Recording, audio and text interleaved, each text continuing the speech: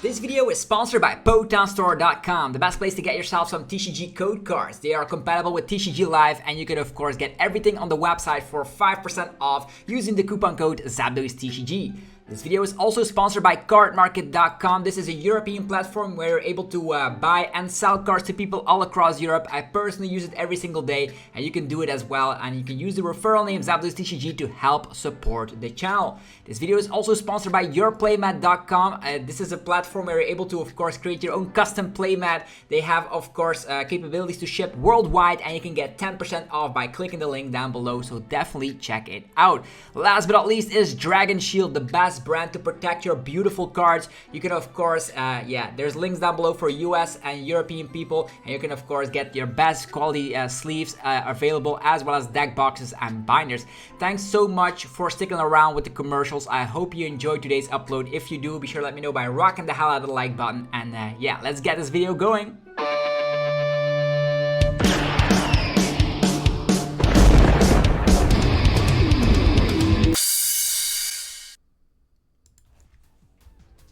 Sup YouTube, it's ZapdosTCG here, and welcome back to another TCG video on my channel. On this channel you get daily Pokemon TCG uploads, so be sure to hit that subscribe button if you are new to the channel. Today we are going to be checking out some new cards that we're going to be getting in Paradox Rift, our next set coming on November 3rd, and it's going to be fantastic because this is going to be a humongous set with a lot of playable cards that will shape up the format instantly, which is very cool because it feels like we've been playing the same format for a year. Like Lugia is good, Mew is good, all that stuff, Lost Box is good. It feels like the same format, but now with future Pokemon, ancient Pokemon, they will actually change up the game. New EX cards, new trainer cards, etc. It's going to be very amazing to see all these new cards in action to freshen up the game. If you're enjoying the content I'm pushing out every single day, let me know by rocking the hell out of the like button. Helps out in many ways to support the channel. We just passed 46,000 subscribers, so I want to thank every single one of you guys out there that have been watching the content ever since I created videos all the way back in 2011. Crazy. Anyhow, let's just get this video started with our first EX card, Armarouge EX, Stage 1 Fire type EX with 260 HP, having an ability and 1 attack. Its ability actually states, while this Pokemon is at full HP, it takes 80 less damage from attacks from your opponent's Pokemon. So if it is freshly healed or doesn't have any damage counters on it, you're actually gonna have to slap 340 damage to one-shot an Armarouge. I know Path to the Peak can shut this down, but this is actually very great, keeping you out of range from an important Pokemon, Charizard EX, because Charizard EX's max's damage output is 330, and with the 80 reduction means that you stay out of range, which is pretty cool. Also, Scorching Bazooka slaps 40 damage plus 40 more for every fire energy attached to this Pokemon.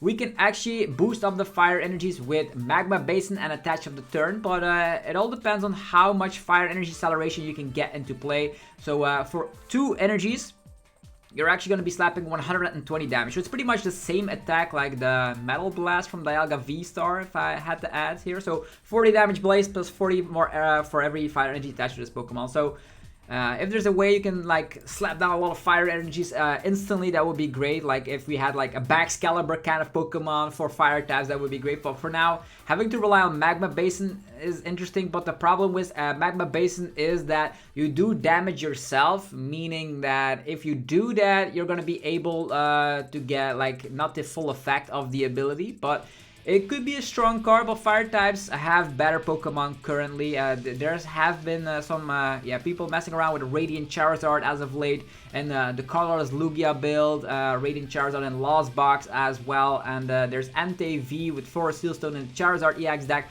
I don't know if this can find a room, but the cool thing is that it has durability. With 340 damage that the opponent needs to do to one-shot you, you're going to be staying out of KOs. That means the more energies you can stack up. There's also the Armarouge, which allows you to transfer energies from the bench to the active, so that could be something that you use. So you can use Magma Basin on those one prizers to then forward the energy back to the Armarouge EX. And there could be maybe something we could also try out. You can like Cheryl it, so you have like the tank ability once again, and then you can use Magma Base and attach of turn to get, of course, the energies once more. You're only slapping 120, but that could be something you could mess around with currently for Armarouge. I think that's the only thing on the top of my head that I can think of for Armarouge. Not going to be too meta defining in my opinion. There's also a Charcadet, flipping a coin of heads. It is immune from attack, so it's kind of like the fly attack from Flying Pikachu. So if you want to stall, there's that. There's also the Charcadet here. Search your deck for a basic Fire Energy card and attach it to this Pokemon, but you're going to be leaving yourself wide open for attacks from something like Cramorant with Spit Innocently. Next is Golisopod EX, the first 2-prize water Golisopod, which is super cool to see. In the past, we've gotten like, was it V Pokemon? What was it before? V Pokemon. It was definitely something that, yeah, we had, of course, EXs, Tapu Lele, GX. Yeah, it was GX. So we had Golisopod GX being a very solid archetype in the format during that days of the Garbotoxin shenanigans, and also paired it up with Zoroark GX. Anyhow, moving aside here, we have 270 for a stage 1. Not too shabby. For a double turbo energy, you're actually slapping 70, but with double turbo, you have to have that reduction. That means 50 damage for double turbo. But it only needs 1 water energy and a double turbo to use its second attack. So you can Raihan it up in 1 turn, or you can rely on Baxcalibur to set up the energy, or Palkia V-Star. There's a lot of water support instantly. You can also use Irida to fetch it out. So its attack is Strategic Retreat. 170 damage, and you can discard 1 energy from this Pokemon. If you do, switch this Pokemon with one of your bench Pokemon. So we have a hit and run Pokemon that dishes out a significant amount of damage. Hit and run has always been good in the TCG. We have Diancie to protect yourself so the opponent cannot use Boss's orders on you, which is great. You can hide after a Klefki, so the basic abilities are shut down, or maybe a Mimikyu, so the opponent cannot knock it out if they are a V or an EX Pokemon. So hit and run with Golisopod is actually super nice, and if you have Water and DTE, you're slapping 150, which is actually not too shabby. 150, hit to the bench, have your annoying wall Pokemon up in the active position. Another thing you could do is also trap Pokemon with the Block Snorlax. You use Golisopod, discard a Water Energy, and promote Block Snorlax. So lots of things you can do with Golisopod. This actually will become some sort of a hit and run strategy deck that we've seen in the past. So I wonder if it's going to be successful or not. It looks promising. It also is unfortunately weak to lightning, which means Miraidon's going to have a field day when they see Golisopod. Okay. Also a funny Wimpod. Flip a coin of heads, discard a random card from the opponent's hand. Yeah, noteworthy there. Next is Maushold EX. Look at them go. Oh, they're everywhere. So it comes back with a very funky ability. If this Pokemon is in the active spot and is damaged by an attack from your opponent's Pokemon, put 3 damage counters on the attacking Pokemon for each of your Tandemaus and Mausholds, including Pokemon EX, in play. Okay, let's say, yeah, for each of them in play. That's actually pretty interesting, right? So let's say you have a setup with like Maushold EX in the active position and 3 Tandemaus on the bench. Then if they slap damage onto you, they put for each, yeah, you put 9 damage counters on the attacking Pokemon. That's crazy. So maybe we like, there's also the combination with Rocky Helmet to even go overboard. So you have a lot of damage counters around. Also your Maushold helps out as well. So Tandemaus, 3 of them, and then a Maushold that actually puts 12 damage counters. So as a little side note, Spit Innocently, boom, they're knocked out themselves. How cool is that? So yeah, it is having that funky ability. Again, Path to the Peak shuts this down, but against 1-price archetypes, that could be a very funky deck for sure. The problem is they only have 230 HP. Even if like they say, I'm gonna one-shot you, you get like maybe 12 damage counters on yourself, something very similar to something like a bursting balloon. But the damage output is a little bit lackluster for these cards. They have like potential for a funky rogue deck nevertheless. And maybe against 1-price archetypes you could do a lot of great things with that. But it's a colorless type. You can use something like the Cheren Scare on it. There's that. Unfortunately, we do no longer have powerful colorless energy. But yeah, this ability is very funky. We'll definitely make a fun video with that. Moving forward, also these little fellas has so little HP that we have to pair it up with that new Jirachi, making sure that Sableye doesn't have, yeah, its will with our little Tandemaus. Next is Altaria EX. Again, they're sticking to the pattern that Dragon-type Pokemon need energies resembling their color scheme. So now we have Water and Metal for the attack cost. Double Dragon Energy, not around as of late. I wonder if we're gonna get that back in the future or not. Anyhow, we have Altaria EX. Once during your turn, you may heal 20 damage from each of your Pokemon. If you can get, this also stacks. If you get like a couple of Altaria out, you can heal like for, let's say you have 3 of them out, you can heal 60 every turn. Very similar, like something we've seen with Salasaur. Who remembers that deck? Like Celebi and Venusaur tag team GX, and then Shayman heals up. And also its attack. During your opponent's next turn, prevent all effects of attacks from your opponent's Pokemon done to this Pokemon. Damage is not an effect, but all the effects, it's actually like lackluster, to be honest. It only prevents the effects, so they can still... 260 is a little bit low amount of hit points, and healing 20 is not going to be enough. So I think these have a little bit of like rogue potential, I suppose, but I think Golisopod and Armarouge EX are the ones that might actually see some minor success as like a tier 3 or tier 2 deck. Moving forward, there's the Veluza, also available as an alt art, if I saw that correctly. If this Pokemon is in the active spot and is knocked out by damage from an attack from your opponent's Pokemon, move 2 water energies from this Pokemon to one of your bench Pokemon. And it comes back with Hydro Pump, as we've seen in the past with a lot of Pokemon out there. 60 damage plus 20 more for every water energy on this Pokemon. So let's say you slap 5 energies on there. It's only going to be slapping 160, but if it gets knocked out, you do get the energies back to a Pokemon on the bench, I guess. Maybe you slap this as a 1 price. Oh, is that a basic? I think it's a basic. That means you can use this as your 1 price Pokemon in chien-pao decks. That's actually not bad. You slap a reasonable amount of damage, and if you're knocked out, you absorb those energies and slap them on your chien-paos. That means 1 retrieval can get you over the edge to slap 360 damage. So that's not too bad, right? One of Veluza in a chien-pao Baxcalibur deck. There's a Magby, also available as an alt art, by the way. Beautiful alt art, if we're going to be able to check it out later. During your opponent's next turn, this Pokemon takes damage from attacks. Put 6 damage counters on the attacking Pokemon. For 0 energies, you can... It only has 30 HP, so baby Pokemon are back with free attack cost, as we've seen before with Cleffa. Toadscruel. Cards in your opponent's discard pile cannot be put in their hand through the effect of trainer cards or abilities. Cards in your opponent's discard pile cannot be put in their hand through the effect of trainer cards or abilities they use.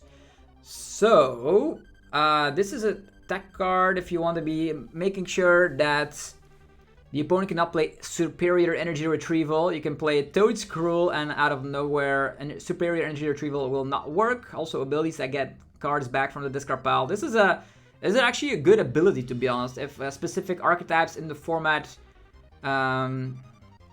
are putting cards from the discard in the hands, you can have this. Like, for instance, if they like recover Crushing Hammers, or if we're ever going back to a Crushing Hammer format. Cool looking art from the Toadscruel. Attaches a basic grass energy from your hand to one of your bench Pokemon. So energy acceleration while you have your Toadscruel with a crazy ability. Espatra. I don't even know how to pronounce this one.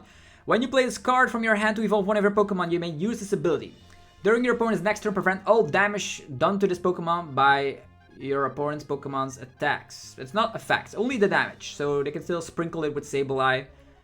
But you are immune from damage. So that's actually pretty interesting. The problem with that is they can still boss around it or escape rope around it.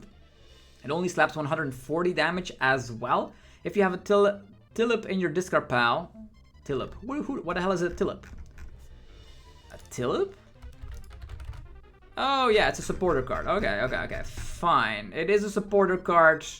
If that is in your discard pile, you're slapping 140. It's not too shabby, I suppose. A little bit of the Fliddles. Not too great. They have low HP. Snorlax Doll. Any control player out there will love this card. It's actually very funky. If this card is in your hand when you are setting up for play, you may put it face down as if it were a 120 HP colorless basic Pokemon. You cannot play it at any other time.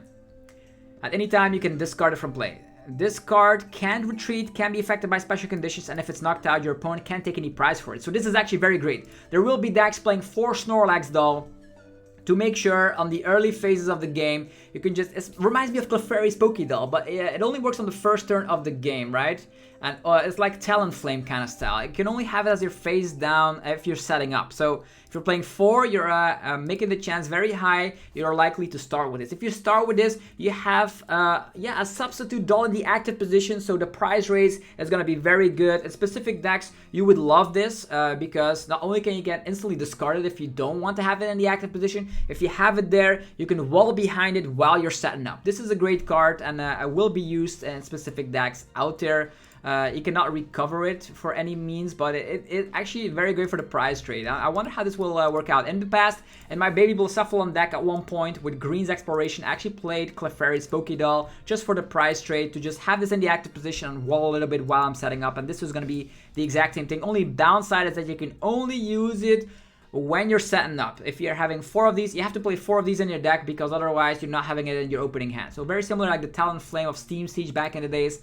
But it's an interesting card. 120 HP is also very great, keeping you out of range from Spit innocently, and you also take they don't take prize cards for it, which is awesome.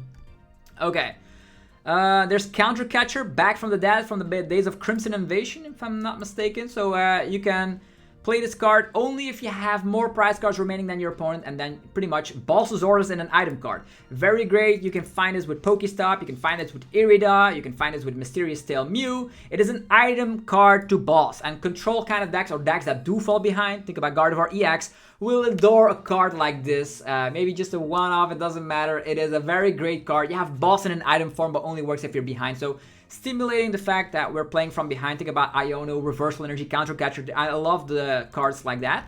There's Defiance Fest. If you have more cards remaining, more prize cards remaining than your opponent's, the Pokemon this card is attached to takes 40 less damage from your opponent's Pokemon's attack. So remember Ursalana that Sander Wojcik used in its like kind of control kind of deck? Well, combine that with Defiance Vest and some new tool cards. Yeah, they always give back to like the Pokemon decks that fall behind in prize cards. There's Simisage. If you have Simisage, Simisear, and Simipour in play, ignore all energy costs. Actually, ignore all colorless energy costs in the attacks of the Pokemon. I wish it was all the energy costs because only colorless. Okay, you could use the Luminous Energy, I suppose. During your next turn, prevent any damage done to this Pokemon by your opponent's Pokemon that have any abilities. That's actually not too bad. It's gonna be, but getting all of these out, you would play something like VIP Pass, Nestball, and then maybe the Jacques to get 3 of them instantly.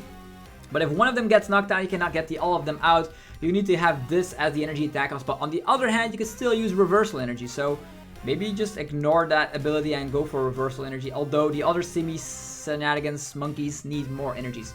This is the same effect. Ignore all colorless energy attack costs if you have all of them in play. So they are all stage 1s, by the way. Heat Tackle 190. Not a lot of Pokemon you want to be hitting for fire weakness currently. Maybe like you can actually knock out a Genesect, but it's already knocked out by the pure damage output. There's Simipour, 50 damage to 3 of your opponent's bench Pokemon, but as soon as a Manaphy is in play, this is bad. So this is another bad rogue archetype. Yeah, that's all I can say about these monkeys. Very hard to set all of them up. They do have the Call for Family, which searches the deck for a basic and put him on the bench. Not as powerful as the Pidgey, but still something to think about. The rest of the Pokemon we've already checked out, so definitely check those videos out if you haven't already to learn more about the Paradox Rift, because there's a lot of insane cards we've talked about before. Think about Roaring Moon. There's also the Iron Hands. So many great cards that we're going to be seeing in the Paradox Rift set. If you enjoyed this video, let me know by rocking the hell out of the like button. Yeah, it helps out the channel so much. And subscribe if you're new to the channel. You're getting daily Pokemon TCG content to get yourself better at the competitive game. So have yourself a fantastic rest of your day. And I'll see you guys tomorrow for some more Pokemon TCG epicness. I'm out. Peace.